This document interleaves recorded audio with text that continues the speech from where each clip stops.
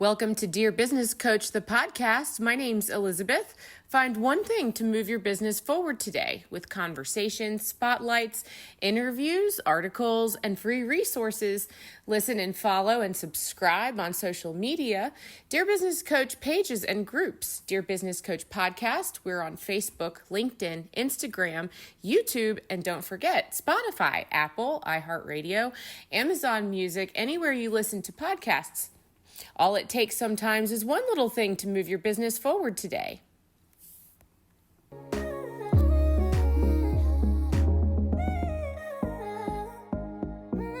All right. Well, and Dr. Carrie Graham, thank you so much for being here today. Welcome to the Dear Business Coach podcast. Thank you so much for having me, Elizabeth. I'm excited to have conversation with you that will help your audience improve their training programs and ultimately improve their businesses. So this is fascinating for me. I have not had an opportunity to dive into detail like this, so you'll have to forgive me and take me from the beginning, as well, as far as what does your day-to-day look like, and what kinds of questions should I be asking you. And your profile here, by the way, your website is drcarriegraham.com. That's Carrie with a C-C-A-R-R-I-E, Graham, Graham, excuse me. And you're a fractional learning solutions architect, workplace learning strategist, and president and founder of COG Learning and Solutions, LLC. Is that right?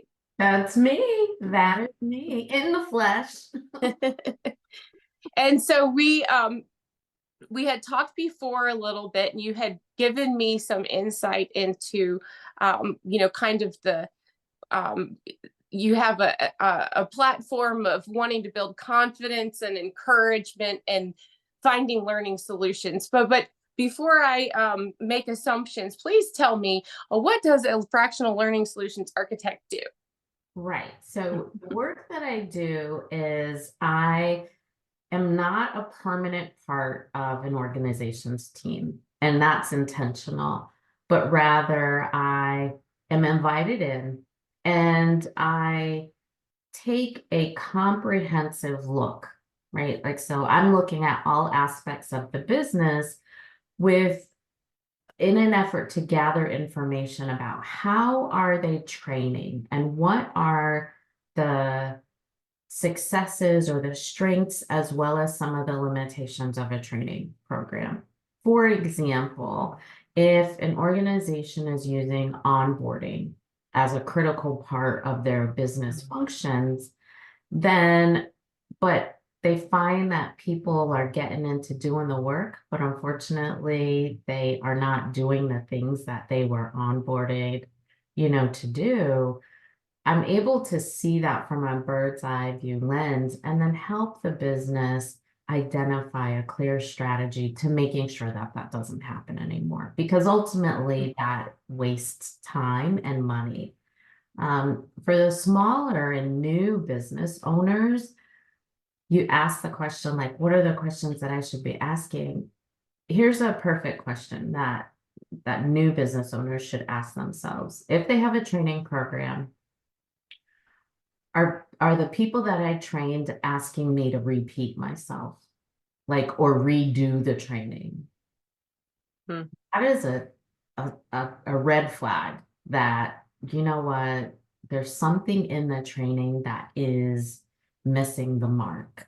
And that's an opportunity to remedy it and to make sure that you don't have to spend your time answering questions that were presented in the training or redoing the training as a whole.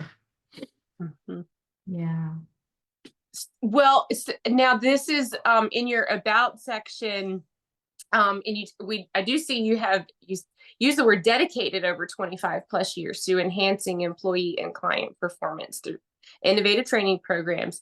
And you say our team specializes in creating training plans that align with your business values and drive measurable results, reducing stress and increasing efficiency. Do you find that business owners come to you from a place of stress? I mean, can you recognize could I recognize as a business owner that there is a way to design training that will perpetuate and be successful versus trying to hire somebody else to redo my training every time I run into a roadblock. Yeah, I am not an advocate of, I've seen this a lot where business owners, I'm gonna respond to you in reverse, right? Okay. So Yeah. I've seen so often where business owners are repeatedly hiring someone to help them, even with a new idea that they may have around a training. That goes against everything I believe in. I've come to embrace that I'm an educator at heart. And so when I work with clients, my goal is to provide you not only a solution to the problem you have right now, but it's also to teach you the skills along the way so that in the future, if there's a new training that you want to create, or if there is a major update that you need to make, you're empowered to do it on your own. At least get it started on your own. So that's that. But how do you know if you are having a problem, like as it relates to the stress? I would say if you have a sense of worry constantly, like a constant feeling of either worry or dread or confusion around, why isn't this working? What can I do to improve this? Those types of feelings and questions, then I encourage business owners to trust their gut and know that there is an opportunity there, like something. You may not be able to identify what the thing is and what the problem is. And that's why I created the training assessment. But there's something niggling, there's something there that you're noodling on, and there's a chance to make major improvements if that's the feeling that you have.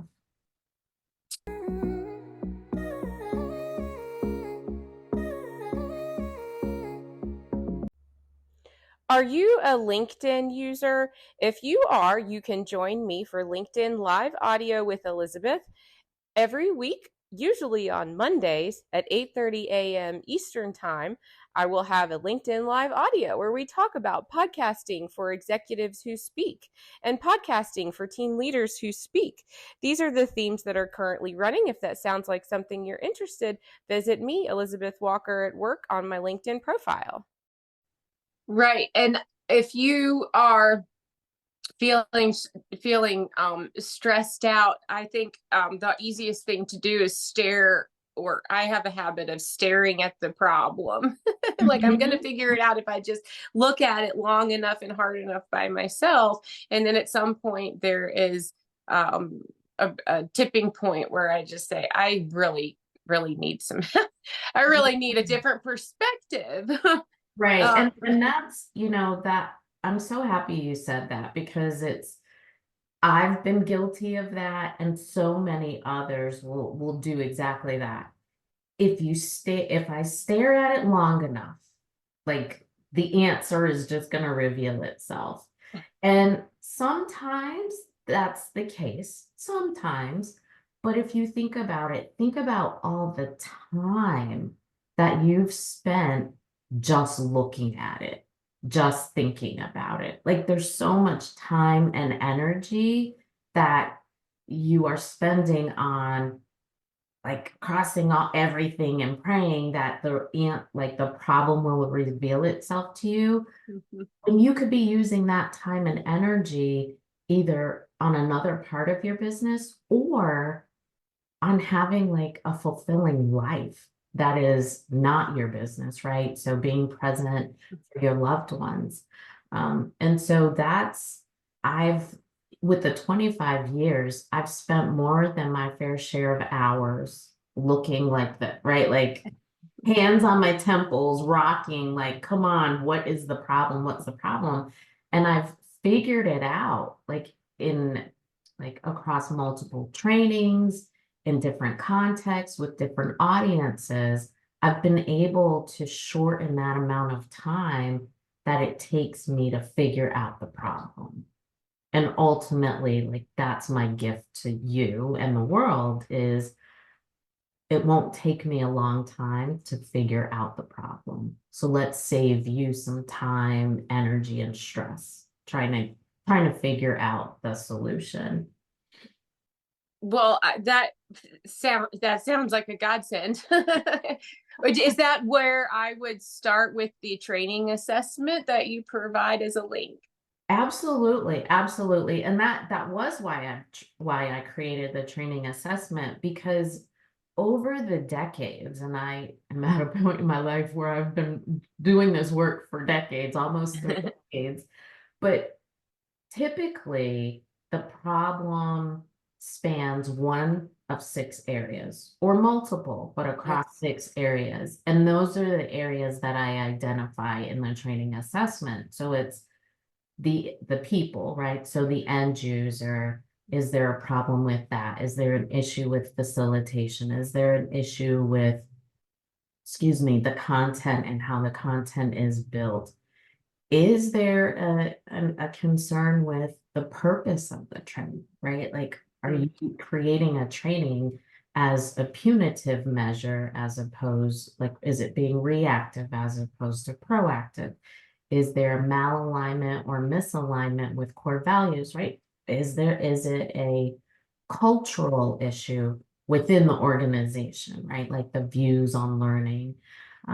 So typically, when there's a problem, the problem is definitely in one of those 6 areas.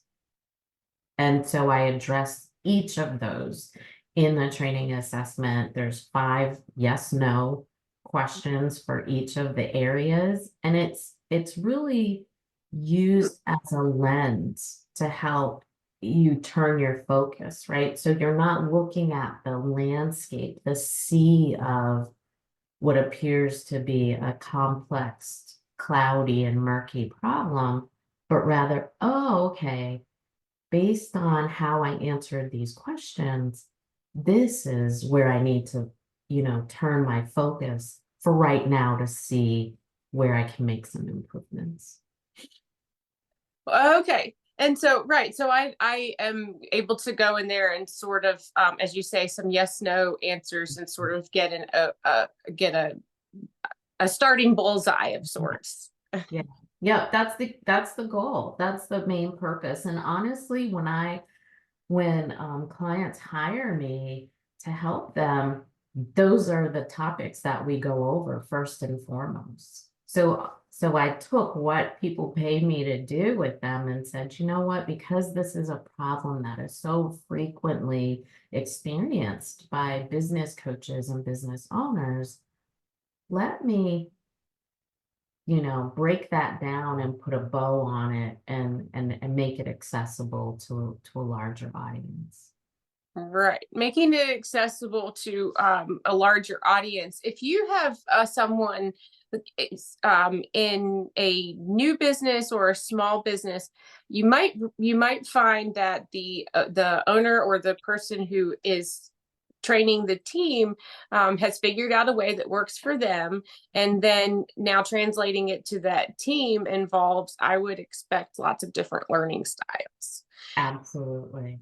Yeah. So I think you had mentioned to me before that one of the things that you pay attention to in detail is that kind of helping the folks who are learning the material absorb it in different ways at different that's what part of the design is, right? This is something that's fascinating to me about your job is, the design of it, how, as you have studied and what your what your PhD is, or what that your PhD probably does for you, is gives you that actual background on how we learn this material and how we absorb it.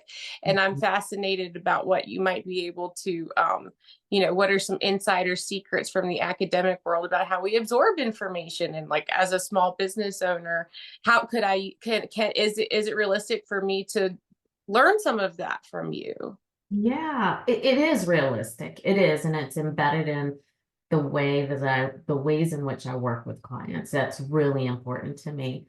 But for the, small business owner, one of the things I want to encourage you to consider is your content and who your audience is, right? So if you, let's just use a couple examples. If you are a restaurant owner, right? And you're hiring wait staff, for example, you've got so many different individuals, right? You've got someone who's young, this is their first time working. You've got someone who's seasoned in terms of the workforce, but this might be their first time as a waiter or waitress, as wait staff. And then you may have someone else who's built a career on being part of wait staff. You've got three very different individuals. And as the business owner, your focus, like your ultimate end goal, is that your uh, customers, like people who come to your restaurants, have exceptional experiences. Mhm.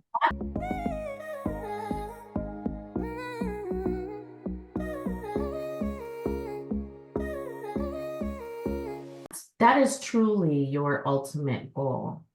But in order to achieve that goal, you have to support the people who are going to do that thing. And that's part of the training, right? So it's first, you've got to attach your goal to the training, your end goal to the training. And then when you think about those three individuals, you have to, if you're going to do one training with all three of them present, you have to give consideration to, well, I don't want to insult the person who's, an expert at being a waiter or waitress, right? By showing them how to hold a tray or take an order. But yet the person who's new also needs that information. So there are things that you can do in that training to help support all of them, such as have the more experienced person explain it to the new person while you're there. But yet it's also an opportunity for you as the business owner to say, yes, but I'd like you to, that's how you do it, but I'd like you to add this particular spin on it. That's, a trademark of ours. So that's just a very general example. We've all gone to restaurants, right? So that's a very basic example, but it lends itself to the complexity of being a business owner who is also doing the training, right? Yeah. It's not an easy undertaking, and I am always mindful of business owners juggling multiple roles at the same time. Yeah.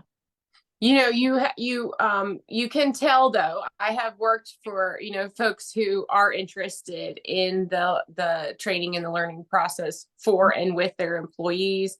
And when someone is interested in that process, it is a whole different experience working for that organization, isn't it? It really is. And the same holds true with um,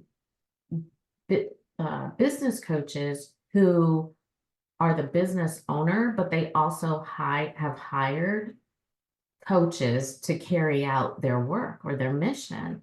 It is, in fact, the same principle, right? If you're hiring coaches to work for you, each of them brings a different experience, each of them brings a different um, perspective and style, but ultimately you brought them on to achieve your business's mission.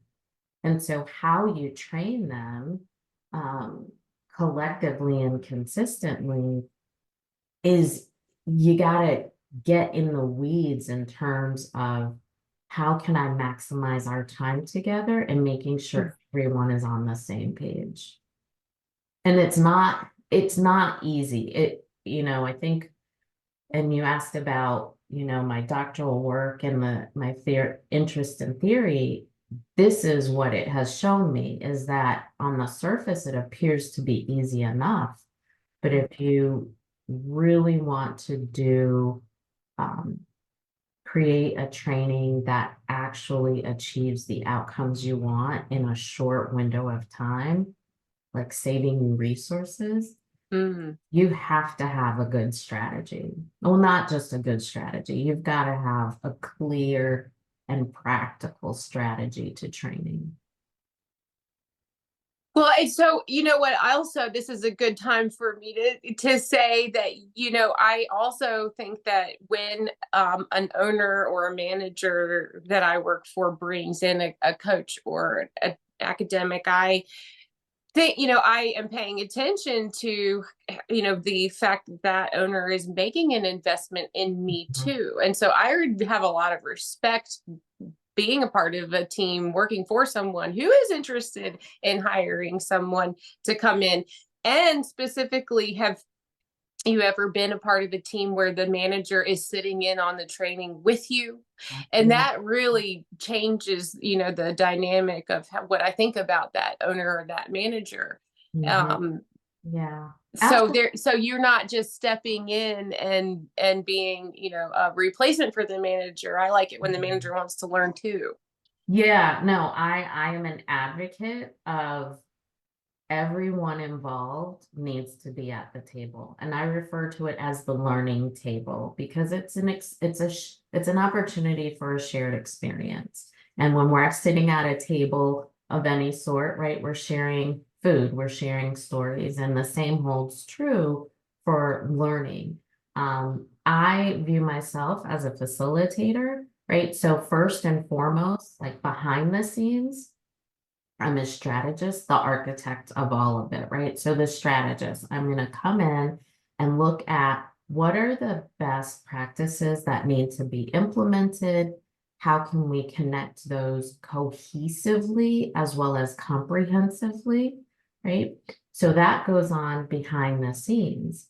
And there have been instances where I've been asked, like, well, Carrie, can you facilitate this to get us started? Absolutely. And that's where what you're mentioning, right? Where I'm a part of, I've got a seat at the learning table. And in that instance, I'm facilitating the conversation. I'm not giving the manager or the leader a pass to sit in the corner, right? Watching, but rather to be an active and equal participant in the learning experience. For some reason, Elizabeth, I'm thinking of the show Undercover Boss. For some reason, it pops into my mind, right? Like when the executives or the leaders are a part of learning the task, even if they are only in it for a day, right? Or a short window of time, that it does so much for morale. It does so much for the investment that others want to make in terms of improving their skill set when that happens. And I know how important that is. And so I use that as well when I'm working with clients. Yeah. Now, if I were to um, go through the assessment and then get in touch with you for um, a meeting, what would I expect to do first? Would I invite you on location? Would we have like a Zoom meeting, or how does the conversation start? Yeah, so I'm located in North Carolina in the United States. Mhm. So I love to travel. So if anyone wants to, if you're in Australia and you want to fly me out, I'm happy to do that, right? But I I have positioned the training assessment and the next steps as this, right? So someone can look at the training assessment if they'd like to learn more about me and if it's a good fit, they can schedule a discovery call. And I refer to them as a calm consultation Mhm. because, again, people are stressed, right? Like there's some level of anxiety, and I want to calm that down. So you can schedule a calm consultation and we can just have a very casual chat about what you're facing. For those that are ready to say, you know what, I need the help. This training assessment has revealed to me like now is the time, they can actually go on the website and schedule a training audit. Mm. What that does is that is ultimately the next step. And so during a training alignment audit, for 90 minutes, you are going to talk to me. I'm going to ask a series of questions. You're going to tell me everything you can about the problem you're having with your training, as well as some other elements of your business. And that paints a very clear picture for me. And what I'll do is use all that information, construct your report, your audit report, to again reinforce and clarify areas of improvement, opportunities to strengthen up your program. And I provide that as well. The report as well, like that's included in the audit. Okay. Do you have, let me see. Do you have okay, here we go. So it's drcarriegraham.com/training assessment if I want to go directly there. Yes. Okay. Um, do I need to have a certain size team to need to work with you? No, no. The qualifying factors in working with me are that you have a training program, some type of program, even if it is a one pager, right? Like you train people off of, and I've had that before, like one page of information. Yeah, if you have that all the way up to a full like extensive system. So it's you've got to have the content, right, that I can actually evaluate for you. And then you have to be willing to look at your training through a different lens. Like that's critical. I've had in the past, I've had people come to me and say, "Hey, I want you to do like I want you to like basically refresh my training." And Mm, ultimately what they wanted was for me to make design features, right? Like change the font, change the pictures, that sort of thing. I don't do that, right? Like okay. there was a time in my career decades ago where I did that, but that's not what I do, right? I'm really focused on the strategy. So, and sometimes it really is a hard shift for people to look at their work that they're so close to, look at it through a different lens. And so my clients that have had the best results were ready to view their work from a different lens. So if I do only have a one pager, Yeah, if you have a one pager and you're again rubbing your head and you're like, why isn't this working? Why, right? Like, let's say you are doing it by yourself, right? Your business is you and you're doing it and you're like, why isn't this working? Yes, I can support you in that. I can support you in that. And actually, you are really primed because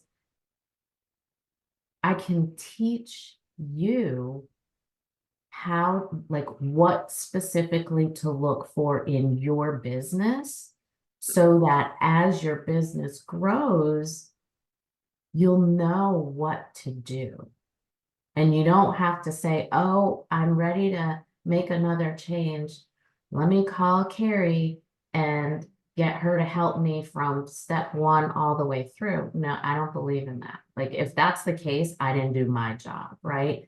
Mhm. But rather, hey, Carrie, okay, I had a new idea. I implemented it, but I got stuck in this one part. Like those are the calls. Mm. Those are the follow-up calls that I love getting. And because that tells me I did my job, I was able to empower them and help them develop the skills to look at their own work through that critical lens and make implementations on their own. So they were confident enough to do it on their own. But there's just this little area that they got stuck in. And that's okay. We all get stuck. We all get stuck. Well, that is interesting because you did say the word confident a couple of times last time we met, right? And so maybe this is a good place to ask you what is the trainer motivation for you? Yeah, yeah. So people that don't know me well, right, wouldn't they wouldn't automatically know that I'm a pretty reserved person and that public speaking is not my like rah rah rah. Okay. Right? Like people wouldn't think that about me. But that is who I am. And so when I first started my career, I had to do a lot of hard work in developing my confidence in standing in front of people, presenting information, having people question me publicly, and Mm, having to respond to them like with poise. So I understand I truly understand what it's like to have to present and not feel confident. Fast forward a couple decades, like that's still in me periodically, but I am very confident in my abilities. And so when I think about the train the trainer, not only is it for how do we train our team, right? Like as the trainer, how do we train our team from a technical perspective, right? Like mm, how do you build and construct a training that actually is effective? But there's also an element of, well, who are you? Right? Like, who are you, Elizabeth? Right? Like, what are your natural skills? What are your natural strengths? Let's leverage those so that when you're in front of an audience, you are truly putting your best foot forward as a trainer and you're not like in your head or you're not stumbling. Um, because those experiences end up taking away, right? We get hyper focused on, oh, I made a mistake, mm, right? When the people we're training, if we make it, if we shine a light on it, then they're going to look at it. If we don't shine a light on the mistake that we made, then they're not going to notice. So train the trainer, it's not only training your team members how to be better trainers technically, but it's also on a personal level. So I have a little bit of a guided hand with you so I can kind of learn a style maybe or lean into maybe things about the training that I know I can do well and maybe ask you for help on how to fill in those things that I can't see, it sounds like too. Yeah. Yeah, I would not what I don't do is say you need to take on this, like put on this hat, right? Like put on someone else's hat. I'm not an advocate of that, but rather every Mm, individual has a host of strengths, right? Like things that they are comfortable doing.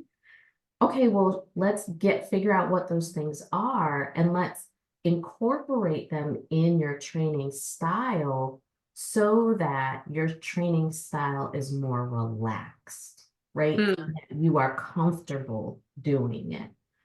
For example, one of the, like, I love hearing people's stories. I love to hear people's stories. And so part of my style as a trainer and as a facilitator is to ask very pointed questions, like very clear, thought provoking, open ended questions. Why? Because if I construct a question appropriately, the person I'm speaking to is going to talk and talk and talk and talk and talk. And so that gives me an opportunity to one, do the thing that I enjoy, which is listening to their story, but mm, it also doesn't require me to keep talking myself as an introvert, right? Like so it's again, it's how can we leverage who you are mm. naturally, right? How can we leverage that so that you are now using the thing that you are good at? And it doesn't require you to become someone else. Well, that is reassuring. Yeah. Yeah. Okay, well, let's see here. I think that before I let you go, I do want to ask you if you would like to say something about Families Forward Charlotte on your profile. Is that something you're Yeah. active in? It is. Thank you so much for the opportunity to share the incredible mission of Families Forward. Charlotte, I'm on the board of directors, and it's an incredible nonprofit organization that works with, well, I shouldn't say works with, it supports families who are struggling with housing and security. And it's a comprehensive program that not only supports the housing need, but also the needs of children and the experiences that they're having as a result of not being permanently housed. And so it is an absolute gem in the Charlotte area. It serves an incredible purpose, and anyone who's interested, I encourage them to look at the website Families Forward Charlotte and support the organization. It's incredible. It is truly um, an incredible opportunity for me to serve on the board. Yeah, and well, you took the time to put that in your profile and write uh, for a description. So I encourage our listeners to learn more about that nonprofit in Charlotte. And so I can learn more about that on your profile on LinkedIn. And that website again for the training assessment is Dr. Carrie Graham, and that's DrCarrieGraham.com/training assessment. Did I get that? Yes, yes, you got it. You got it. It is a complimentary free resource that I encourage people to use. And even if you've got a long-standing training program, there's always opportunities to make improvements. And the reason I know that to be true, even for leaders in industry, is because the people change. Mm-hmm. Change. Who you're hiring has evolved in the last year. The people you're coaching has evolved in the last year, even if the avatar or the demographic or that how you describe them as ideal clients has remained the same, what they bring to the table has changed. And for that, your training should change as well. So I encourage all organizations that use training to definitely use the training assessment. Well, that is an excellent point. Yes, we do evolve. I thank you so much. And I want to have you back again. So till next time, Dr. Graham, I hope you have a wonderful day. Thank you so much for having me, Elizabeth. It's always a pleasure to speak with you. And I encourage your audience that they do have access to a great business coach in you, Elizabeth, as bringing this service. But yes, it's a joy to join you today. Awesome. All right. Talk to you soon. Bye-bye. Thank you.